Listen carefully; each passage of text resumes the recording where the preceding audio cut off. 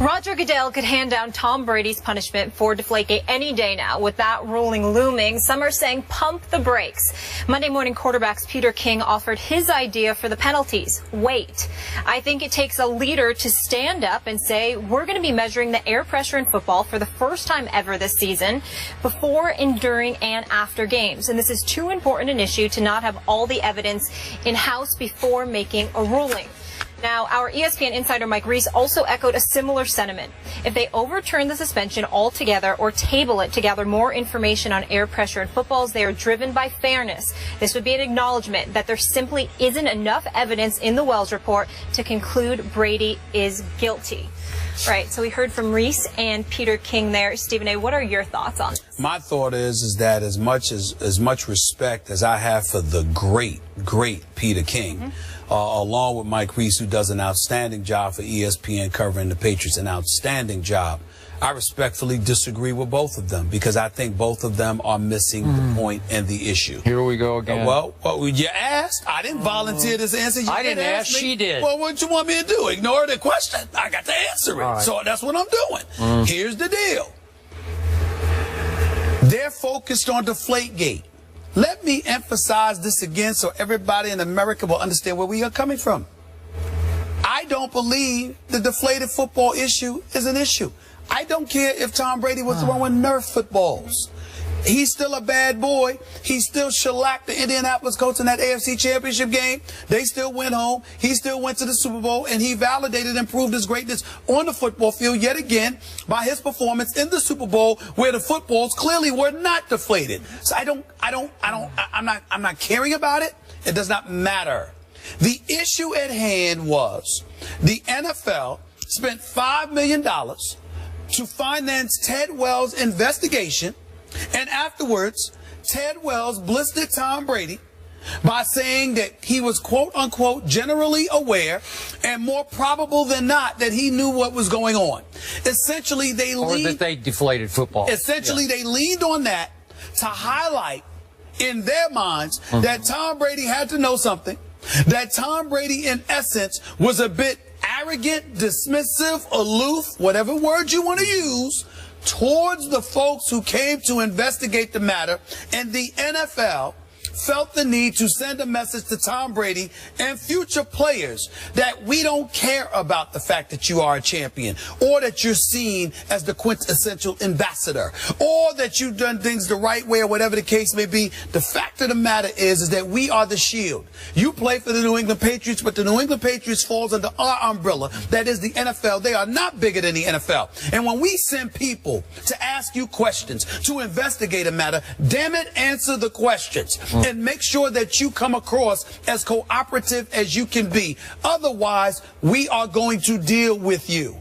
It is that simple. And to me, that's a profound message to send. Now, I'm on the record, Skip, saying, and I don't care what anybody says, there is no way on earth that it is fair to the great Tom Brady to have him suspended for as many games as Greg Hardy. One has nothing to do with the other. We understand that. But this man was found guilty in the state of North Carolina via a bench trial by a judge for domestic violence. Okay. You can't suspend Tom Brady the same amount of games as him.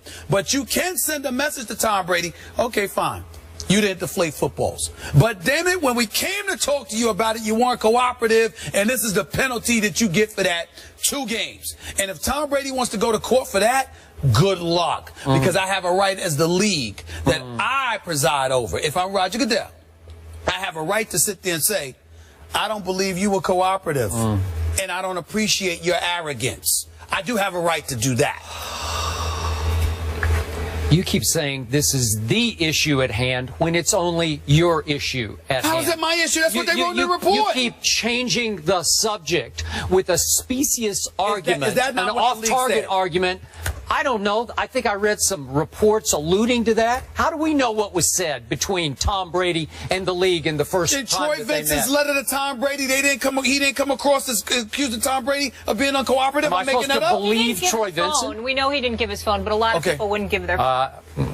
I don't think you would have given up your phone. I'm not giving my phone. Thank you very much. But I would give up. I would give up specific messages. But I got Giselle as my wife.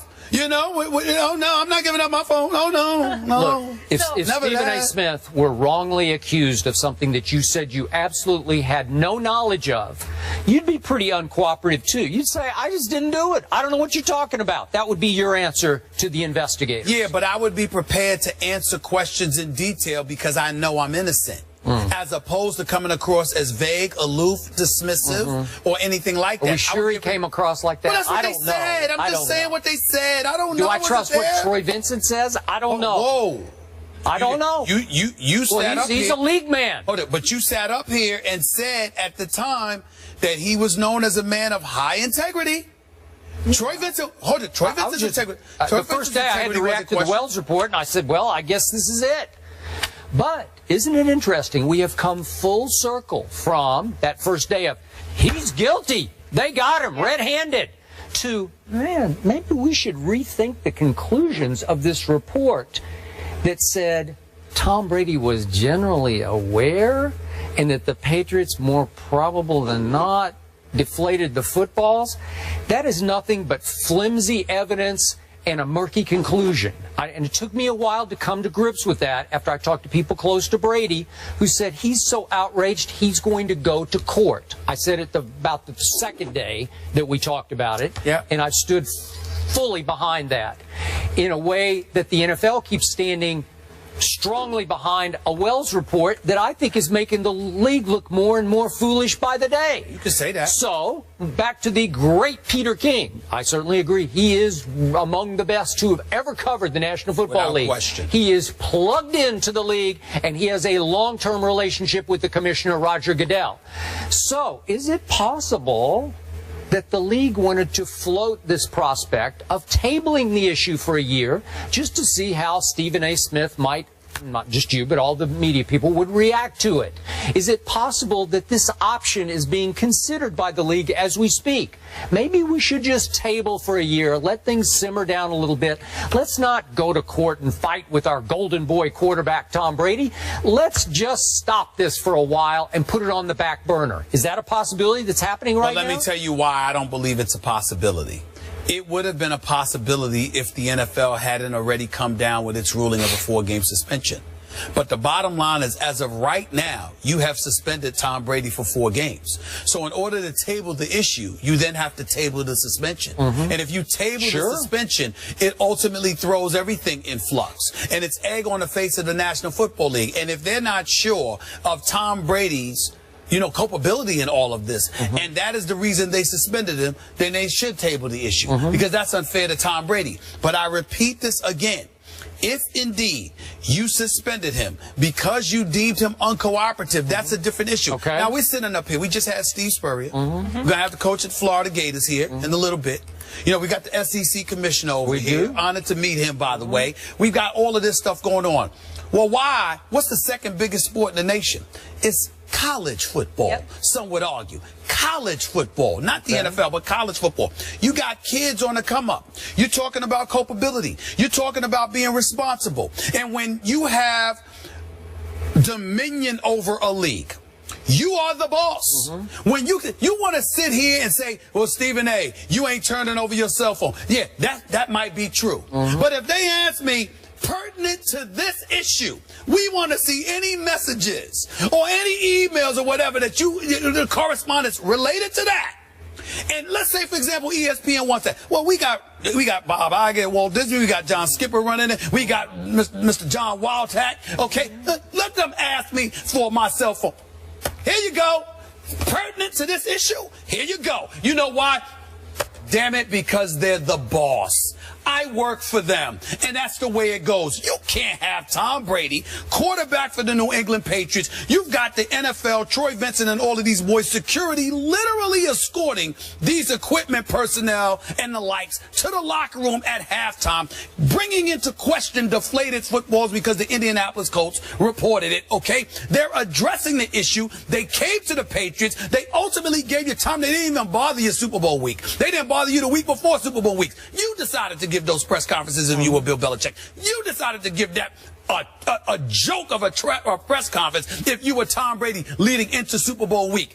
And then after all of this, you got Tom, and here we come with this investigation to talk to you, and you don't have answers for us. That's a problem. Okay, but we've been over this ground again and again. If they say to Tom Brady, you can pick and choose the texts and the emails in your phone. Said. Yeah, Which that's just nonsense. Well, who wouldn't say, okay, I'll do that? I don't know what actually happened here. You either have the phone or you don't have the phone. Ted Wells said, we don't have to leave this room. I don't need to look through your phone. Whatever, this is Ted Wells on the record. He spoke on this. That's just absurd. No, Skip. You can't say it's absurd if he's on the record telling you exactly what he said to them. According to Ted Wells, he said, quote, show me the emails or correspondence directly pertinent to this issue. I don't want to see any of your personal emails. Yeah. I will take your word for it. Just show me what you sent to the equipment manager. I don't know what was said. And Tom Brady. Maybe Tom Brady said there were none. All I'm saying, Skip, is this. Some people delete messages. So we're going to deal with what the report says, but we're going to ignore Ted Wells directly quoted in the aftermath of the Maelstrom of controversy it created. He is directly quoted on the record. Last quick saying point. what he demanded. You brought up Mike Reese. No. You brought up Mike Reese. He's one of my favorite beat writers. Covers the Patriots. Sure. You point out he does so even-handedly and objectively. Yes, he does. And I was pretty surprised, pleasantly so on my part. Mike Reese concluded today that the 4 games should be reduced to 0 games because the NFL has no history of evaluating the inflation of footballs. They need time. Fine. Okay? Put it to 0 games if it's about deflated footballs, not if it's about Tom Brady's cooperation. I think they already succeeded in tarnishing Tom Brady's reputation. Okay. That's what they set out to do. One other thing that I want to point out quickly, too, there, that Peter King brought up in the article, if they reduce Brady's suspension, they're also going to have to reduce potentially the Patriots' punishment as well, because they have one there with draft picks. And again, if it is the 4 games, we have the Patriots schedule here, Steelers, Bills, Jags, bye, and then at Cowboys. But joining us now, we go back to the college game, SEC football. The new head man of the Florida Gators, Jim McElwain, joining us now. He's back in the SEC. Welcome, won 2 national BCS guys. championships as the Alabama OC. Come on up. Great to Come be on here. up. Come on up. Really appreciate it. You guys Very doing nice to all right? meet you. Great to see you. Hey, Coach. Thank you. How you doing? Good. How are you, sir? Hey, you doing all right, man? I'm great. Good. Meet you. Good.